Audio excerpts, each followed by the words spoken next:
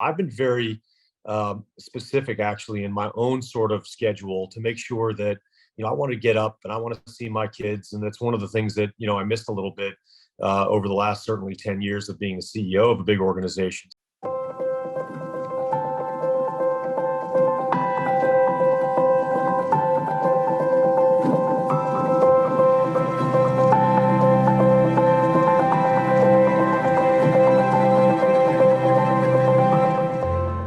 Welcome to Seek, Go, Create. This is your host, Tim Winders. This is where we redefine success in leadership, business, and in ministry.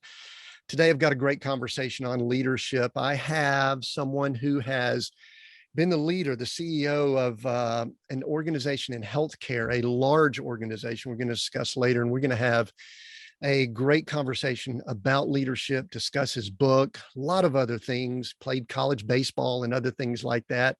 So stick around. Before I get to his introduction, though, let me just remind you of something for those listening in. When you listen to the episodes that we have here at Seek, Go, Create, I know that often we will recommend books, we'll recommend resources, we'll recommend other episodes and podcasts and things like that. And sometimes if you're driving and listening, it can be difficult to take notes, or at least I highly recommend you do not take notes while you're driving. But what we have is on our website, seekgocreate.com, we have extensive notes for each episode that you can go back to later, or link while you're listening in or watching, depending on where you are consuming. And we have an outline form where we go over all of the topics we discuss. If anything is mentioned, we've got a link to it. If there's a book or anything like that we reference, there are typically links to that. So make sure you go check out the episode pages of seekgocreate.com. We spend a lot of time on that. We get a lot of great feedback, and we think it's a valuable resource for you, the listener. So make sure you go check it out at seekgocreate.com. Today, I've got Ben Breier as our guest. He's the former CEO and a member of the board of directors of Kindred Healthcare, a very large organization in the healthcare industry. Positions he held from March 2015 to December 2021, up until just recently. He serves on the board for the Federation of American Hospitals, is a member of the Wall Street Journal CEO Council, and a founding member and chairman of the board of Louisville Healthcare CEO Council. He also is the author of the leadership book that we will be discussing, Intentional Disruption. He also has about 5 other paragraphs that I could read from his bio, but we won't take the time to do that now. Ben, welcome to Seek, Go, Create. Glad to have you here. Tim, thank you. It's good to be here with you and your guests.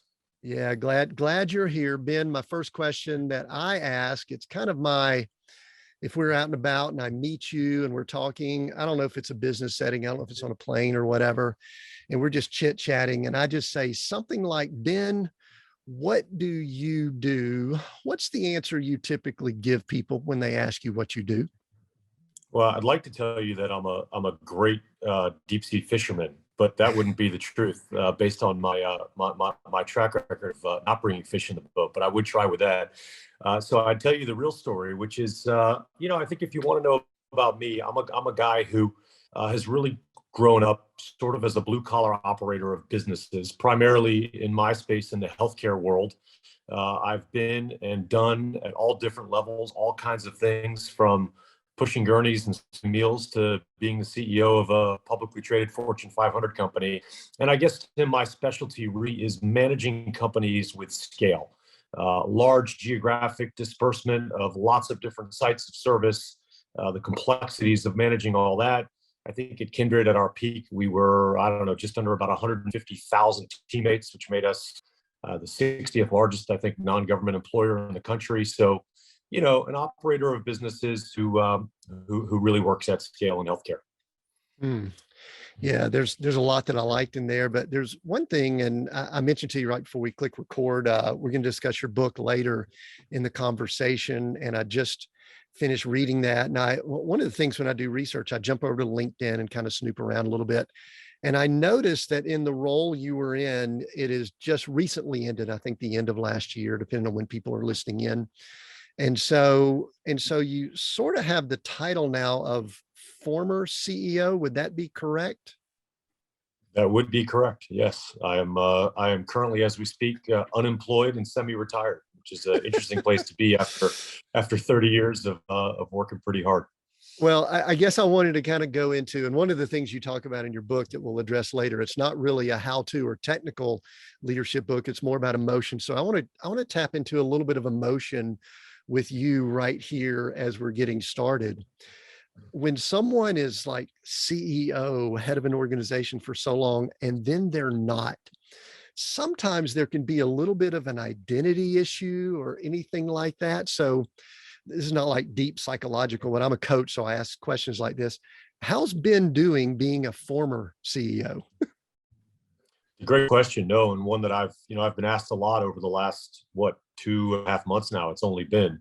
The answer is it's an evolving process for me, for sure. I'm not sure I figured out exactly how Ben is doing, but I'll say this first, just for some perspective. We closed on the sale of Kindred to a large strategic healthcare company called LifePoint out of Nashville, which is also backed by a big private equity firm, Apollo, on December 23rd, I think the day before Christmas Eve. And the contracts were finalized, Tim, at noon on the 23rd. And all of the wires that have to move around, were finalized at 12:30 on that day. And at 1 o'clock, I walked out of the office with no real responsibilities left in my job as CEO. And it was quite a sort of out-of-body experience. I went right into the holiday season, which was sort of nice because everybody was sort of in the holiday season. So I wasn't sure I missed a whole lot that week. But when everybody came back to work that first week of January and I wasn't working and my emails stopped coming in and my Zoom calls really sort of stopped, the best way I can describe it, Tim, is sort of imagine driving in your car, right, at 100 miles an hour and the brakes stop really fast, but you keep going right through the window. And really, those first couple of weeks were, the best word I could use, disconcerting, a little bit anxious. This feeling of almost, I had accomplished really a goal and dream of my life, which was to reconfigure and reposition our company so that somebody would actually find value and want to buy it and get a great price and do great things for our teammates, shareholders, et cetera.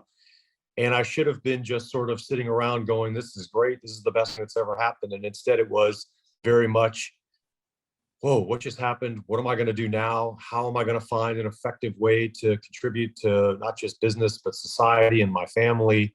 Being around the house, I have 3 teenage daughters, so it's very busy here. My wife is a whirling dervish of busyness, and just trying to figure out all that was going to sort of take place has taken obviously a little while to get used to. I've been blessed to some regards, Tim, that the book that I wrote that you mentioned, and hopefully we'll talk about a little bit later, really came out right sort of the week or two after. I've almost timed it better. And so at least from a staying in the flow of things, that's kept me actually quite busy. Been doing a lot of talking and a lot of writing and a lot of thinking about it. So, I haven't really had a chance to have too much idle hands, but certainly I would say feeling more anxious than I would have thought I would have felt, and really to grips with what happened and with what I'll ultimately wind up doing next.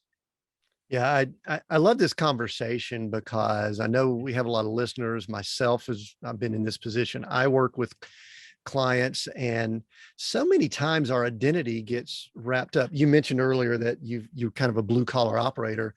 I don't care if we're talking about someone who might be, I'm sitting here in the RV park right now, and someone just wheeled in a golf cart to clean up where a big motorhome just left. That's the type work they do. Or if they're the CEO of an organization with 100,000 plus people, that when that's what they do every day, but then they step away from it, there can be some stuff that goes on inside us like, what do I do now? This is kind of an interesting question. Have you slept in at all? Have you done anything like personal habit that you go, or are you like still getting up, getting ready and kind of prepping to do something? What's your because I could tell you're probably a disciplined guy. I know you got a background as an athlete and all that. I'm always curious about things like that. What are some personal things that you might be noticing different about the way you function and operate? Yeah, so some different and some the same. So the first answer to your question is no, I have not really slept in. What happens with my house, as I mentioned, with 3 teenage daughters, is they get up very early in the morning to go to school, usually around 6:15, 6:30. And we have this sort of whirling buzz of activity in our house between about 6:30 and 7 o'clock in the morning, where the kids are making breakfast and we're talking about what's ahead of them in their day. They usually are a little bit more grumpy than I'd like them to be, but nonetheless, that may be, with really busy kids and overscheduled families, the only 30 minutes that I grab from them all day until they come back from school and the practice field and whatever it is, where we might have, a family sort of late night dinner sitting around the island in our kitchen, not even sort of in a formal way. So I've been very specific actually in my own sort of schedule to make sure that, I want to get up and I want to see my kids. And that's one of the things that, I missed a little bit over the last certainly 10 years of being the CEO of a big organization. So I've been very disciplined about that. That really hasn't changed. What I would say has changed is that once that noise quiets down and 7 o'clock or 7:15 comes around, I don't really have an office to have to go to or meetings to have to go to. And I've really tried over the last number of years to really think and take care of my own personal fitness and my own personal sort of mental health. I mean, COVID, I think for all of us that were, more at home than probably we ever were. And for me, it got me off the road. One of the really nice things I'd say, Tim, in my schedule has been, I've really been very structured about fitness, workout regimen, eating a good breakfast, being healthy, reading the papers, reading the things that I, haven't had a chance to read over the years. And that really takes up a lot of my mid-morning. And it's a wonderful opportunity that I really have never had to just sort of, take a deep breath, be a little bit meditative on where life is and where things are going. And I'm really enjoying, I would say, that aspect of the change. I think there's a lot of power in that. And I think not even just your role, but with what's happened the last few years, I think a lot of people have reevaluated their schedule, and maybe it was shifted in a bad way. I know a lot of people with kids at home, no schools and, things like that. It was very challenging. I'm not making light of it, but it did allow for all of us to say, what's important? What would I really like to do? I don't have to maybe commute 15, 30 minutes, an hour, a day. So what can I do with that time? So I like that. That's very good. One of the things that I really wanted us to discuss, because it's rare that I have someone who's got this level of experience and background in what we call our healthcare industry.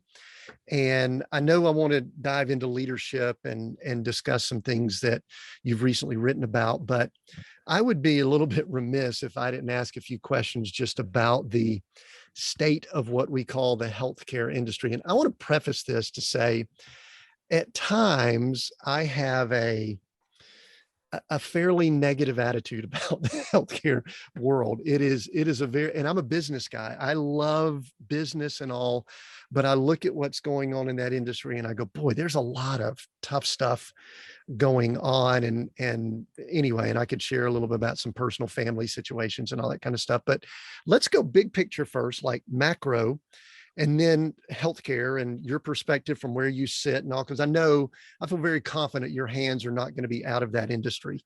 You're probably going to be around it. So talk about what you see from the seat you've had, from where you are now, just about the state of the healthcare world.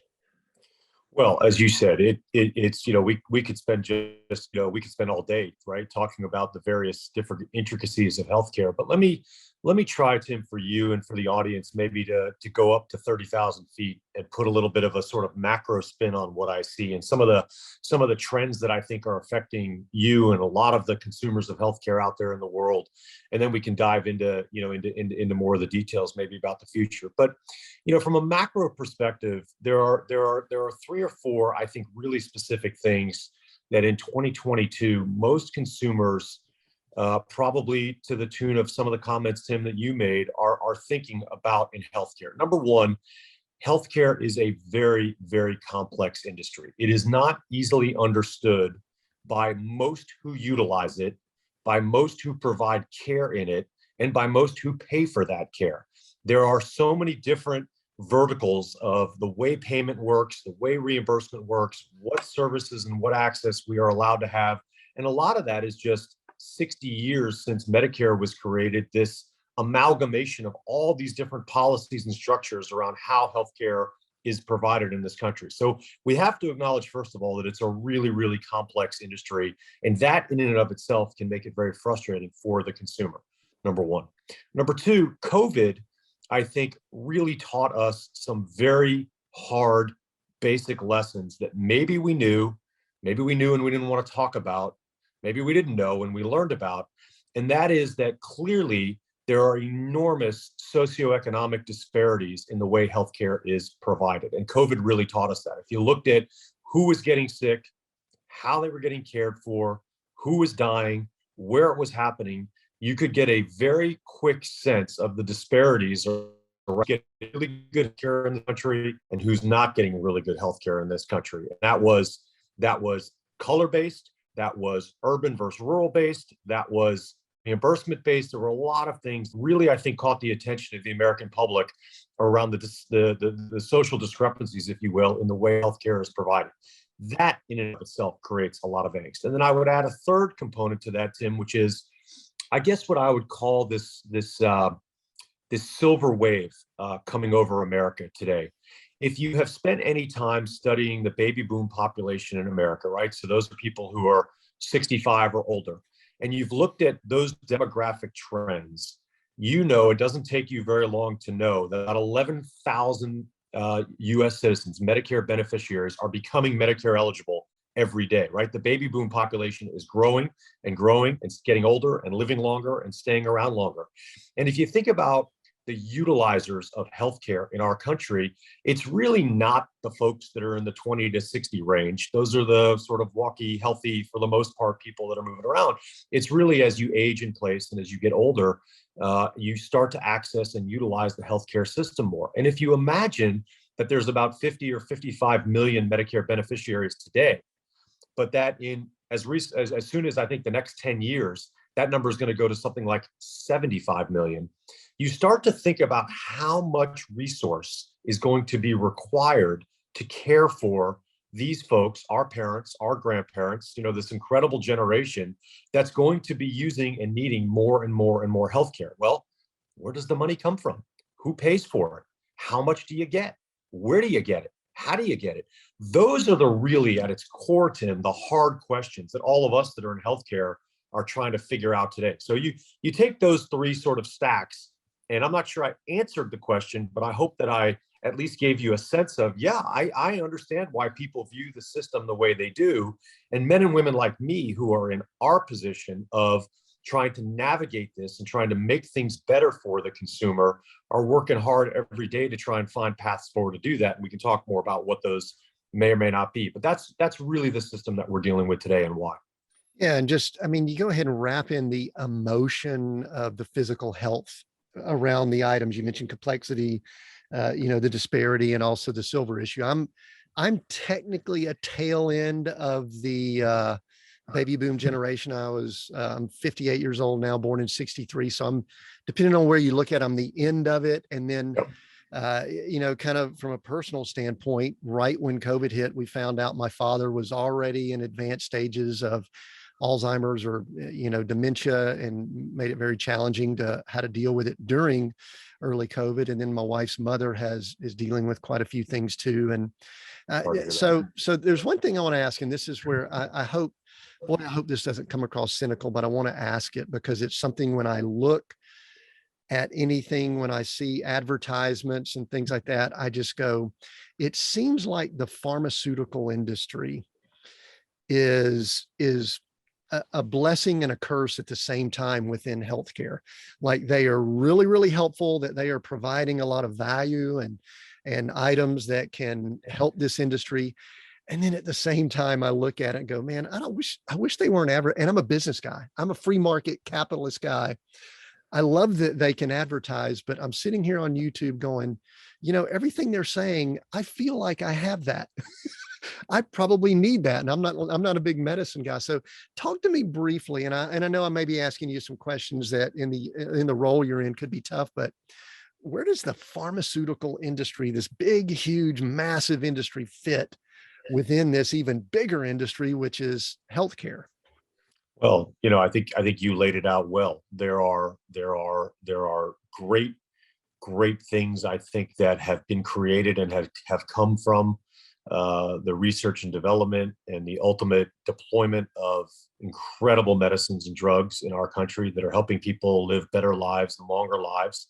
And yet there is also an overextension of profits that are being generated off those drugs, marketing that's driving people towards, I think, in this country, wanting to become overutilizers of prescription medicines, whether it's prescription pain medicine, which we know is arguably the biggest ill that our country faces today. I'm living here in middle America, where OxyContin and things of that nature are just an absolute having a devastating effect on particularly the rural and poorer populations. There is this incredible mix between the good and the bad of what's happening. I think, Tim, I mean, let's just talk about the COVID vaccine, because that's on everybody's mind, right? I mean, and let's pick a company, pick five. Let's pick Moderna for the sake of picking it.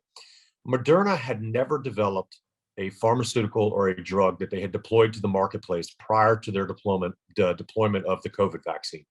And they went and were doing all of this mRNA research. They were doing this drug development with genealogy in a way that hadn't been done before.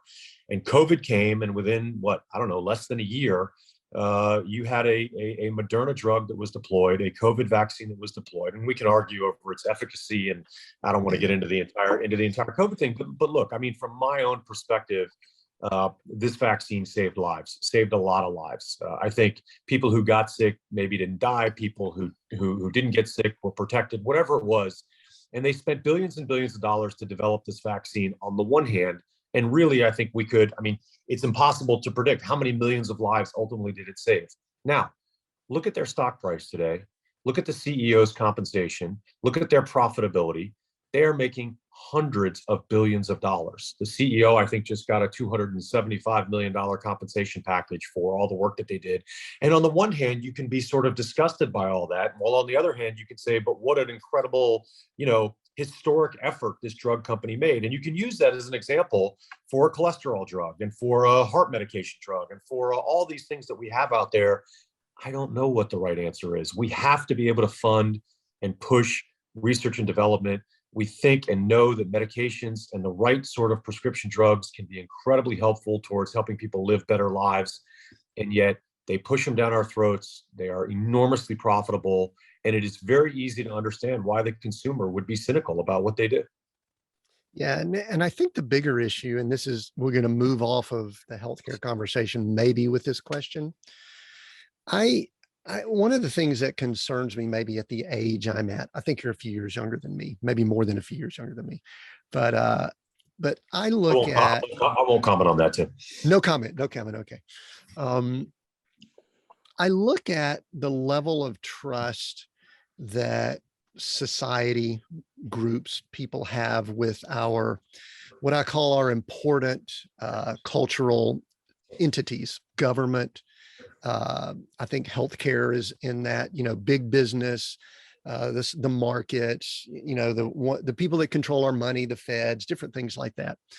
And I think one of the concerns that I have, and I see it creeping in with me, so I'm gonna ask you to help me on this as well as the listener. I start questioning and having less trust in what we can call, big healthcare, big government. I'm not going to ask you to address government. We may talk leadership in just a moment on that, but help the listener with all the experience you've had with all the great people that are working hard every day out in this industry to provide healthcare and things for people. Give us I'm kind of giving you an open mic here to instill in us why we should have some trust and confidence in that industry for those that might be, because of social media stuff or junk or misinformation, whatever, that might not be having confidence in the healthcare world. Help us out. Yeah, I mean, look, it's easy to lose confidence in the world we live in today. You just described it yourself, and social media and disinformation and all of that plays a role. And in addition to some of my earlier comments, Tim, being involved in such a complex system as U.S. healthcare delivery is, that just causes the consumer to want to be sort of cynical in and of itself. But I'll fall back on this. And again, I don't want to use COVID too much, but just because it's in such our recent memory, and I think it's important.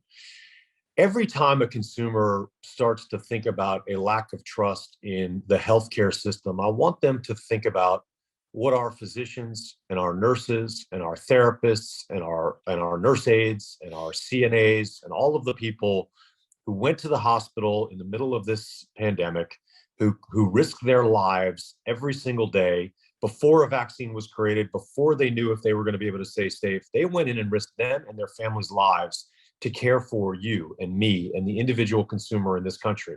And COVID is an example of that, Tim, but I see it every single day in our healthcare delivery system. The people who work in our healthcare delivery system are compassionate, are true believers in the important embrace of the human touch on another human touch in terms of the healing power of all of that. They work tireless hours. They don't get paid near enough for the jobs that they do. And if you can't have respect and trust and confidence that people that are working like that for you and for me are really, for the most part, in it for our good, for our best. It doesn't mean that they're perfect. It doesn't mean that mistakes aren't made. It doesn't mean that on a long, tired day, they don't overlook something. All of those things happen in all of our aspects of our life. But I go back to the human element, Tim, is really where I would get your listeners to sort of think about every experience they've had. Maybe you had a bad, customer service experience with a person at the front desk who was a little rough and tough and gruff on you. I've had those myself. But for the most part, think about the experiences you've had with your physicians and your clinicians and how hard they've worked to try and heal you and make you feel better. And at the end of the day, that's what I draw back on. I think these men and women are doing their best. And I think that Americans should have confidence that we not only have a good healthcare system and an honest healthcare system, but arguably the best in the world. Yeah, and I appreciate you doing that. I do want to give honor to especially the frontline folks with all that's gone on. Any crystal ball predictions from where you sit? I mean, things we could look for with healthcare, medicine, or anything like that over the next 5-10 years that might be intriguing or interesting to us? Yeah, I'll say two things, and I'm not sure they're revolutionary, but they're actively happening, and I think they're going to continue to happen. I think this whole idea about delivering more healthcare to our home is going to continue to take on this very, very rapid evolution. That is through the use of technology and all these new technologies that are being created. We talk a lot in my space about the digitization of healthcare. Where can we do things more digitally to get people cared for where they want to be in a lower cost setting? Our game is the most expensive area of healthcare is when you wind up in a hospital. If you go to an emergency room or you wind up in an acute care setting, that's when it costs the system the most. So everything we do to try and not only do, by the way, what the consumer wants, which is to not go in and want to be cared for at home, to age in place, to understand that wellness and nutrition and drug medication adherence and having nurses and therapists come to your home and telemedicine, where we can have you talk to a doctor from your RV in southern Utah, Tim, where you can get the kind of care that you need to get without actually having to access other aspects of the system. Not only is going to prove to be incredibly cost efficient, but it's going to prove to be very consumer friendly. I'd keep my eye on all of those different areas. I think that's where healthcare is going the most. Yeah, I think that's good to know. In fact, just yesterday, my wife's mother is in the Atlanta market, and she had someone. She's probably in a position that she needs assisted living. She's pretty adamant that she doesn't want it, which is a whole nother issue.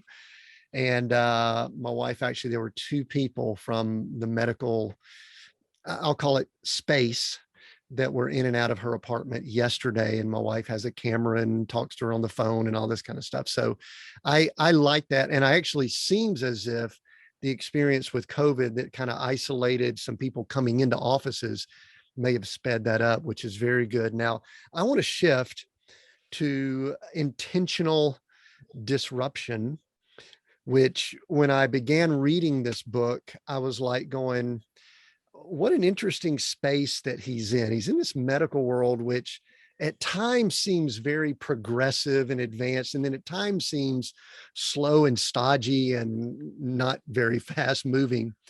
Where did intentional disruption, and we'll talk specifically about the book in just a moment, but that's your title. So just so the listener knows, Intentional Disruption is the book that Ben wrote. Where does that fit in in medical, because I haven't seen a lot of disruption over my, even though I guess there has been, but intentional disruption. Tell me about that. Well, I think the first thing is, Tim, I think there's been a lot of disruption in healthcare. I think if you really think back over the last 20, 30, 40 years, I could go give you a list of, 500 different sort of things that have happened that have changed the way we provide care, even some of the conversations we were having already. It's there. And particularly, from my perspective, Tim, where intentional disruption came from is really this incredible intersection between what I'd been doing for the last 10, 15, 20 years, the industry that I was in healthcare, and some of the ways that I've lived my life and the way that I grew up, and some of the actions I took to get from, being a kid in Miami to winding up, running a publicly traded Fortune 500 company when I was 43 years old or something like that. And what's interesting about the job that I had for so many years was, yes, our product was healthcare. We were delivering healthcare to the consumer, but the business was also the business. And we had enormous forces of both evil and good against us, dealing with capital markets, dealing with public shareholders, dealing with private equity, dealing with hostile actors that wanted to see us do things in a different way than what we and our board may have wanted us to do.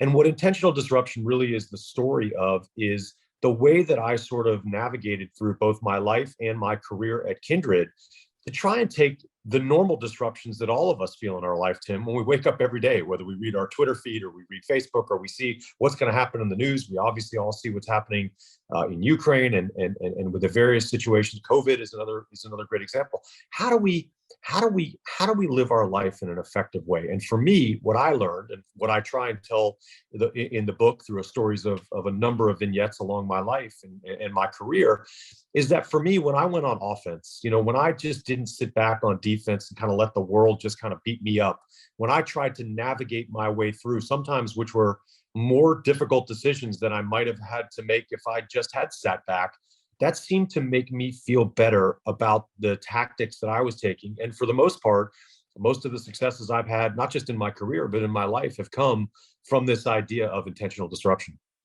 Yeah, the thing I guess is interesting. I don't think anybody's going to argue about disruption, but the thing when you marry that word intentional disruption to it, or I kept, as I was reading the book, I kept inserting the word control, because my personality, I kind of get the feeling your personality might be a little bit like this also, kind of enjoys to having as much control over our world, our space, our environment as we can.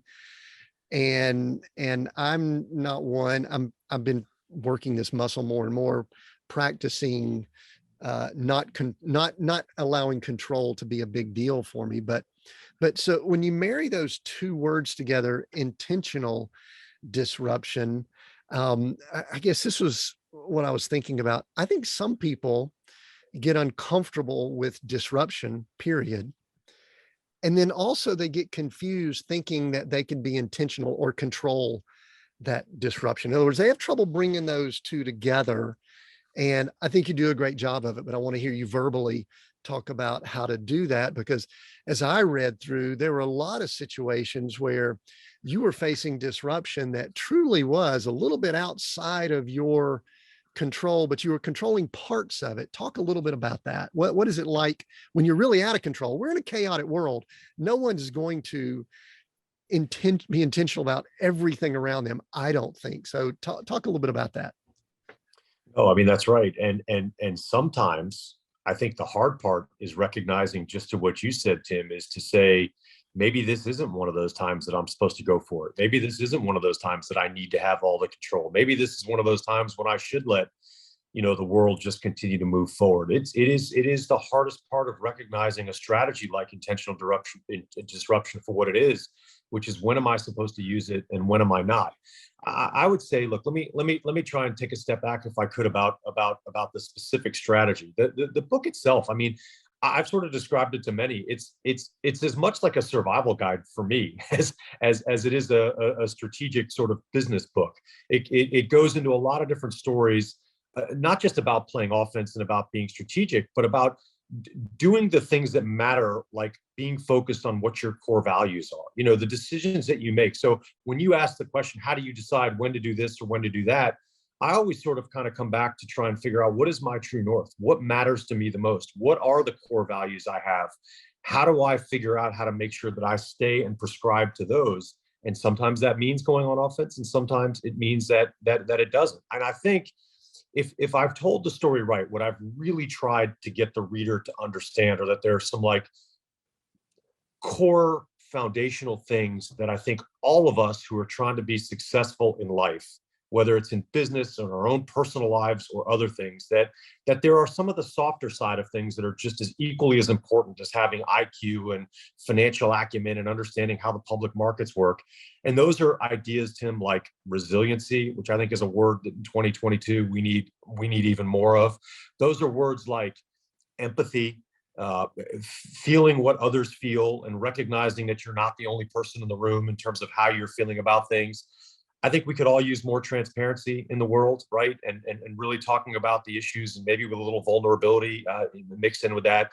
And at the end of the day, I think the most of what intentional disruption is trying to describe is that you as an individual, to be successful, whether it's my kids or whether it's your listeners or whether it's me or you got to have a willingness in this world to be accountable. Now, that may not mean that you want to go take offensive action. You may want to just watch the world go around, but at least be accountable for what those decisions are. And if I've told the stories right, hopefully those are some of the key elements that come out from the reader in terms of how I think about the world. Yeah, you kind of, and I enjoyed how you wove in your baseball career going back to, I think, when you were 10 years old, and some decisions you had to make all the way up through your collegiate career. And then I think you did a great job of covering when your, baseball career ended, which every athlete, sometimes even executives and leaders, have a career that ends. But I think the thing that I wrote down, I actually wrote this down earlier, but you tied in a lot of your baseball career with leadership. And I think the question I want to ask, I'm going to let the reader go check the book out and see how you tied in baseball and all, but I wanted to ask your perspective of seeing other examples for people that, listen, not everybody played team sports. Not everyone, sat behind the home plate like you did as a catcher. So in your world that you've been in, where have you seen some other people come out of cool environments outside of team sports that have really served them well in leadership? I mean, I hope I'm not putting you on the spot. You could probably handle a question like that. Just some examples outside of team sports, because sometimes when we start talking about team sports, people kind of check out. They go, yeah, I didn't play team sports. I did ballet or something. Our daughter did ballet. But any examples that you could think of when I bring that up?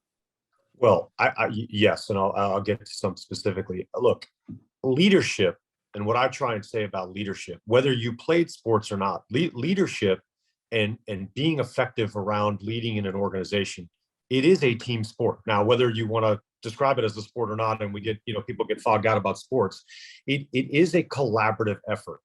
And in order to be effective, to some of the comments I made earlier, there's very few people in the world that just have sort of dictatorial powers that can just go tell you, go do this, and you go do this, and you go do that. This doesn't work anymore. It doesn't work in 2022. It doesn't work in global affairs, and it doesn't work in a business, and it doesn't work, my guess is, in everybody's individual household. You have to work together collaboratively as a team. And so you asked for examples. I mean, if you didn't play sports, which a lot of people didn't, were you in your school play? And if you were in your school play, what did you do with that cast and the ensemble? And did you work on the set? Did you work on design? Did you do the music? What did you do to fit in on that team? And what was your important role? And how did you collaborate with the rest of that ensemble to make sure that you delivered a great performance? Were you on the debate team where, yes, you had your own responsibilities, but you needed to collectively have others sort of working with you and come with you along the way? Were you working for a club, or were you raising money for a charity? Or did you work for your church or synagogue? Or it doesn't have to be a sport. Sport is a metaphor for collaboration, collectivity, being a part of a team, and ultimately recognizing that only through empathy and only through vulnerability and only through this collective transparency of collaboration, I think, can you be successful. Tim, my best example is in my own household. I mean, try being the only guy with 3 teenage daughters and a wife who are teaming up on you almost every day. You've got to effectively learn how to find your role and what it is to be collaborative, to be able to not just lead as a father has to do sometimes, but to be a part of the team. And so I think everybody, all of your listeners, when they go back and think about where have they really made teams work and things that they've done in their life, they'll all recognize, whether it's sports or something else, this is a metaphor for life that I think works. Yeah, and I could tell you that myself and possibly some listeners might be more impressed with the role you have in your household than running a Fortune 500 company Sure. with Me all that, too. and rightly so, probably. So, one of the things we discuss here, Ben, is we use this term. We talk about defining success. We also talk about redefining success. How should leaders define success? You've gone through a lot and you laid a lot of it out, of a lot of things within your book and all that, but how should a leader define success? What's some metrics or just ways they should look at it? Well, I talked earlier about being true to your core values. And so I think every leader, first of all, has to assess not only are what his or her core values are, but what the business that they are running's core values are. And the first thing is to try and get some alignment between those two things. I think if you don't have alignment between what your individual core values are in the business you're either building or trying to run, that's going to lead to some very uncomfortable, things. And by the way, it doesn't mean that everybody's altruistic and perfect in what they do. Some people just want to go figure out how to make a lot of money, and they go find a job that helps them do that. Some people want to find in the middle. But I do think core values is something that I fall back on. Once, Tim, I think that you have some alignment on core values, you have to define success the way you feel comfortable with it, and also the way it's, and to some degree, if you have shareholders or stakeholders or a board, the way that they prescribe, for you to be success. So in my case at Kindred, I'll try and give you an example of how we define success. Maybe that might be a little bit different than what you might otherwise have thought about. So in the last year that I was at Kindred, I think we had 3 million patients go through our door over the course of the year. 3 million different consumers accessed and utilized healthcare for us. And so I defined success not from what was the economic value that was derived from that, not from what was the share price or the value. Although, I have to say those things were ultimately important for the people that were investing in a part of our business. I defined success by saying, did the consumer of healthcare that came into one of our hospitals or one of our rehab facilities, did they have a good experience? Were they treated the right way? And did ultimately their outcome improve to where they got better and went home? And we had lots of metrics and lots of ways in which we tracked that. And did we do it in a compliant, qualitative manner? We had a mission statement at Kindred around hope, healing, and recovery. And every day I came home and I said, are we doing our level best? Am I deploying capital, both human and financial, so that I am giving our caregivers the best opportunity to be providing hope and healing and recovery for those that we are caring for? And that's how I define success. And whatever else happened, I could sort of live with myself if we were doing that job really, really well. I also wanted to make sure as a business leader that my teammates, the people that worked for me, that worked with me, that they and their families and the dependents that they had, that we were doing as right by them as was economically viable for us to be able to do, understanding the responsibility of what it means to work for an organization, have loyalty for an organization, and make sure that we were doing our level best for them. And that the last thing was that, we were probably in, 150 different communities, Tim, big cities, small cities. Were we giving back in some way in those communities towards some of the social disparities and discrepancies that existed along the way? Everybody in leadership has to define what their own version of success means. Mine were about people, process, compliance, quality, and I guess profitability at the end of the day, because I always, believe, no money, no mission when you're in healthcare. Yeah. And I mean, one of the things you do a great job in the book, as I was reading through, I was thinking, it is interesting for people that are in what we'll call the public sector, where there's shareholders involved. There's, a lot of media. You tell a great story about, something that happened in 2009. I won't go into it with your company and the flag. We won't go into that. We'll let people check that out. But and I'm not sure that people recognize all of the, I'll call it the bosses that we have shareholders, profitability, customers, all of those things. So you do a good job of kind of laying that out.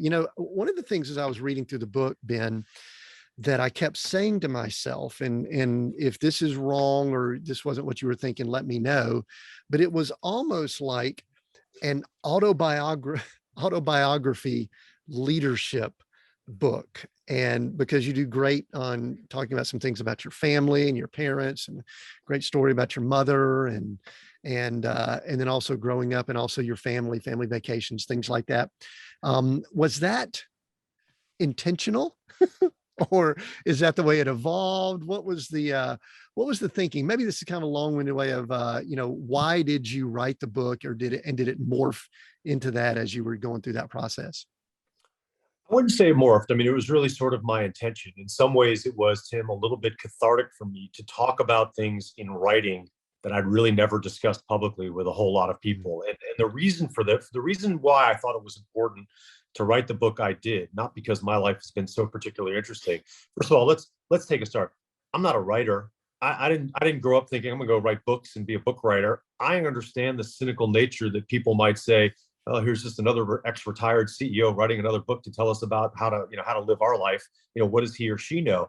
I was really trying to avoid all of those sort of classic pitfalls about book writing and about people not being really interested, by trying to just be honest. If I'm going to preach about honesty and transparency, I thought that doing it in writing would be a good way to do it. And the most important reason, Tim, why the book evolved into such a personal, I suppose, that's easy to say, autobiographical way of describing the things that I went through, is because I wanted the individual reader, when they were reading each chapter, and you tell me if you did this or not, I wanted them to put themselves in the shoes that I was in and say, yeah, I did have a mother who, was diagnosed with esophageal cancer and died 3 months later. And I know what that felt like. And I know the pain that caused my family. And I know how it knocked the wind out of my chest. And I don't know how I got back up off the mat and showed the resiliency I needed to show to go back to work and to be strong for my family.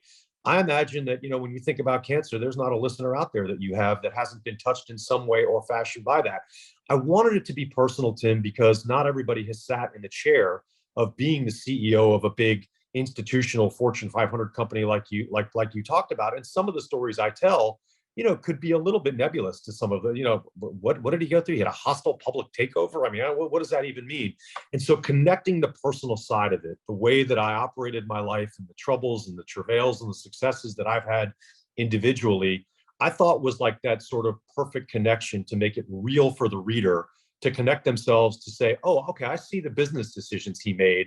I'm not sure I understand all of those things, but they were pretty complex and interesting. But I can sure relate to the human side of it. And that in and of itself, I think, is what connects my idea of intentional disruption, not just to business, but to life and leadership as well. Yeah, I enjoyed it, and I found myself fascinated. I love how you did a string together of like PR releases to kind of show the timelines and things like, because I found myself at times going, wait, what year are we in? What happened? And then you would do a great job of just, here's the PR statements to show you all that was going on and during that time. So anyway, great job on that. And then I did love how you wove in a lot of the personal things. I think is very unique in leadership and business books that you were able to tie that in. So I think the reader will enjoy that. I know I did. What did Ben learn about himself during the writing process? I've just written a novel and it's releasing here in a few months. And you obviously had to go through a writing process. I don't know if you had anyone that wrote with you or you did all the words yourself, but what did you learn about yourself during this process? Well, I wrote pen to paper. I wrote the book. I had, lots of people who wanted, lots of lawyers and editors and copyright people, lots of people who were super helpful in that regard. But no, I mean, I took me about a year and a half to write it all out and get it retyped and send it to the editor and turn it into a book and move chapters around and come up with the process. What I learned about myself, I guess, Tim, along the way was that I could be organized and disciplined enough in my thought process to put something like that in writing. That I would say for a number of years, I've had people asking me about the idea of writing a book. And I truly believed, it's not false humility, that I had nothing particularly important and nothing really new to add. And I guess at the end of it, going back, I mean, the reader will ultimately have to decide. But my own view was, yeah, there's something here. There's a story to be told. There's a hook to this that I think can connect to other people, that is very common across humanity, not just my own individual experiences. And I've really enjoyed. I think the lesson that I've learned the most is one of the things I've really enjoyed talking with folks like you. And I've been on a college tour, really connecting with young college students. I've really enjoyed and realized the most how much of the human connection of what I wrote really is common to what others are feeling and thinking about. And I suppose at the end of the day, that's the thing that's been the best for me. I think that's great because, in all of our roles, regardless of what it is, but probably definitely in that CEO role, you can become somewhat in a bubble or isolated, even though I know you've got employees and interact, and kind of not recognize all things going on in the world. And there is a lot of value to that. I want to ask one more question, I guess maybe more general. No, it's a very specific situation you mentioned in the book, not general, before we begin wrapping up here. And you talked about a situation, I think you were in your late 20s, which is kind of fascinating to me, where you were dealing with a lot of stress. You were probably a hard charger. You were probably making your way up the corporate ladder. I think you were in Atlanta at the time too. I think we were probably in Atlanta about the same time. Oddly enough, I was doing consulting for Kaiser Permanente around that time, working with trying to help doctors and nurses get along, which anyway, we won't go down that road. But talk a little bit about that. Fascinates me because working with the leaders that I work with, Ben, the thing that I notice the most is how are we managing and dealing with the stress of just all that we do. And listen, I could push this down to a single mom that's just holding two jobs, all the way up to the person sitting in the highest office on the corner of a building. So stress is something that we're all dealing with. Talk a little bit about that. You addressed it in the book, but I think that everyone listening in deals with this to some extent. Help us out to tell us how Ben deals with it, knowing that you're probably not perfect, but how are you working through that stress that we all face? Well, I'm glad you asked the question. It's to me, it's the underlying most important sort of fabric of what I've tried to write about. And I tried really, Tim, to weave in and out a multitude of stories around how I've thought about stress, anxiety, how I've dealt with mental fatigue, throughout my life. And the story you told is exactly that. I think I was 27 years old. I woke up in the middle of the night in a pool of sweat. I was in the midst of an impossibly difficult job, and I literally thought I was having a heart attack and dying. I mean, my girlfriend at the time taking me to the emergency room, and of course they sort of looked after doing all my vitals. Thankfully, looked and laughed and said, "Are you a little anxious? Are you feeling like you're a little under stress?" But it felt real. It felt physical. It felt like it was happening. Yeah, that's exactly right. And the amazing thing about that incident, Tim, was, I'm embarrassed to say it, it probably realistically took me another decade before I really realized what was happening in my life. And if I could talk to, and as I do talk to young folks, it really is. And actually, I think in 2022, we are much more aware of mental health and of making sure that we have the capacity to think about the need for taking a break, the need for doing the things that we need to have strong mental health. I wish I would have recognized that early. The fact is, I did recognize it at some point. And I recognized that if I didn't get my arms around it, that it was going to kill me, or certainly not make me be effective as it was. My weight had gone up, my health had gone down. I just, I wasn't, my relationships weren't good. So I tackled it, Tim, the best way I could on a couple of different fronts. And I think a lot of these you can do without having great CEO resources. And some I was fortunate, obviously, to be in a position where I had maybe more resources than others. The first thing is that I do believe that nutrition and fitness and mental health all is sort of tied into each other. I know that's not any, particularly new ground that anybody's hearing about, but just getting started, taking that first 10-minute walk, taking that first 20-minute walk, putting down the sugar and the refined foods and all of the crap that we have a tendency as Americans to eat, the fast food, the whatever it is, and focusing on a little bit more of a healthy diet. I'm not telling anybody they got to go be plant-based or become vegans overnight. I'm just saying eat healthier food and start to exercise a few days a week. And you will find that it will have a dramatic effect on your mental health and on the clarity and the outlook of your life. And it took me a long time to figure that out. And I'll never look back now, Tim. I think it's really important. That's number one. Number two is you've got to have a support team in some way or fashion. And while I was fortunate to have a lot of different avenues to go to, both in terms of my own family and the support that I could get from them, some have more family support than others. Some that is an area of stress in their life, or a personal coach. I've had a personal coach now for more than 15 years. I talk to him once a quarter. We'll take walks around the park. We'll sit in my office. We'll go to coffee, and I'll just talk about what I'm feeling and what's going on. And I find those to be very sort of cathartic sort of opportunities. And then peer group opportunities. I'm in an organization called YPO, which is Young Presidents Organization, and we have something in that group that's called our forum. It's eight men and women that will sit around in a very confidential manner. We'll meet once a month and we'll talk about things that we might not talk about to our wives or partners or spouses. And if you take all of those things combined, Tim, diet, exercise, mental awareness, support, you can kind of figure out how to navigate yourself through all of the difficult things that you're going to deal with, because it gives you, and I use this word resiliency at the start of our discussion here, it gives you a stronger foundation from which to be resilient, which I will again come back to being one of the most important words any of your listeners, anybody working in leadership can think about. My kids, whoever it is that I talk to, life is not a straight line of progressions, Tim. And we got to remember that it's a series of successes and failures along the way. And it sounds cliche, but it's those who can get knocked down, that can bounce back and keep moving forward, that wind up in the end being successful, not those that just go darting up the charts thinking they're going to get from point A to point D without any scrapes along the way. Yeah. Speaking of that, and I don't know if this is something that will add stress to you. I don't know if this will be a stressful question or a relaxing question. We're finishing up here with just a few questions, but something just came to me. I'd love to know where do you see yourself a year or two from now? I mean, because I know you're in a transition, and you've also been a guy that has had a domain that you've overseen for quite a while, quite a season in your life.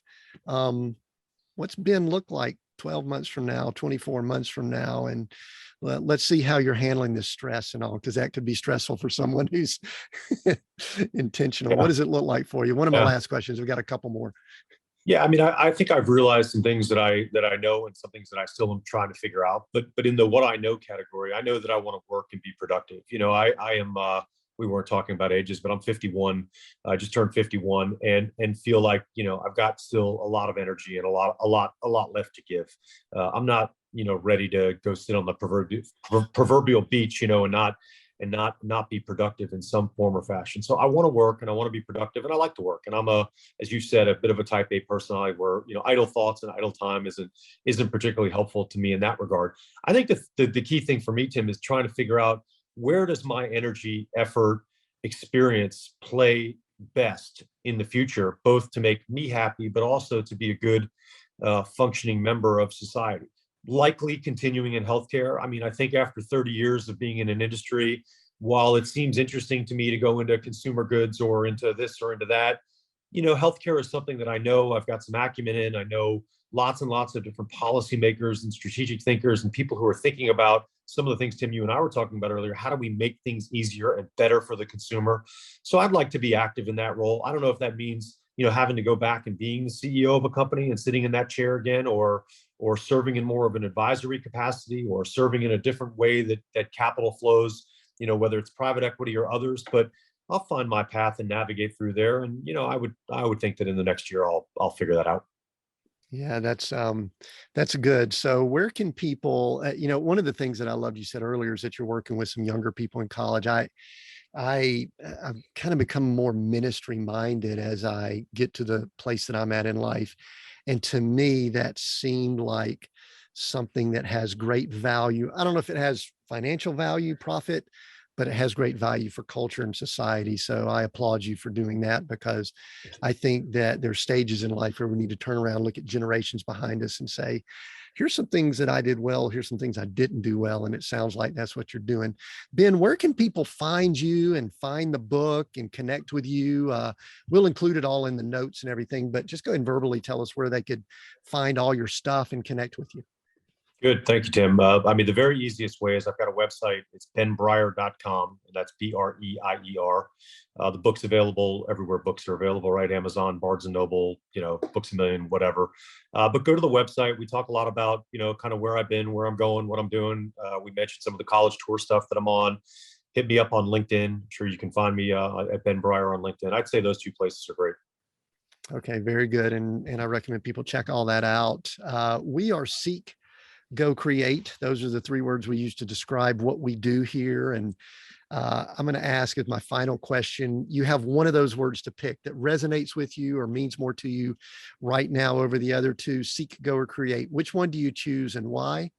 And then I'll wrap up. Well, this of all the questions you've asked, I'd say this could have been the hardest, but is the easiest for me. It's go. I mean, go, Tim, go. And I think why is in the way that I phrase the go and in the way that I've lived my life. I like to go. I like to do. I like to get after it. So I'd choose go, Tim. Yeah. Thank you, Ben. I've enjoyed the conversation, and I do recommend people go check out the book, and we'll include notes and all of that. And also one other big favor for those listening in, share this episode. We had a great conversation about healthcare and about leadership and stress, a lot of things that I think would have value to friends, family, people you interact with. So just take a screenshot if you're listening on a podcast platform, if you're on YouTube or something like that, just share this with other people. That's the number one way that people are exposed and interact with new content as far as podcasts go. So I appreciate you doing that. And once again, go check out all the notes that we have at seekgocreate.com with the episode. You can get all the resources, everything we mentioned, find Ben's book, all there at seekgocreate.com. New episodes every Monday. Until next time, continue being all that you were created to be.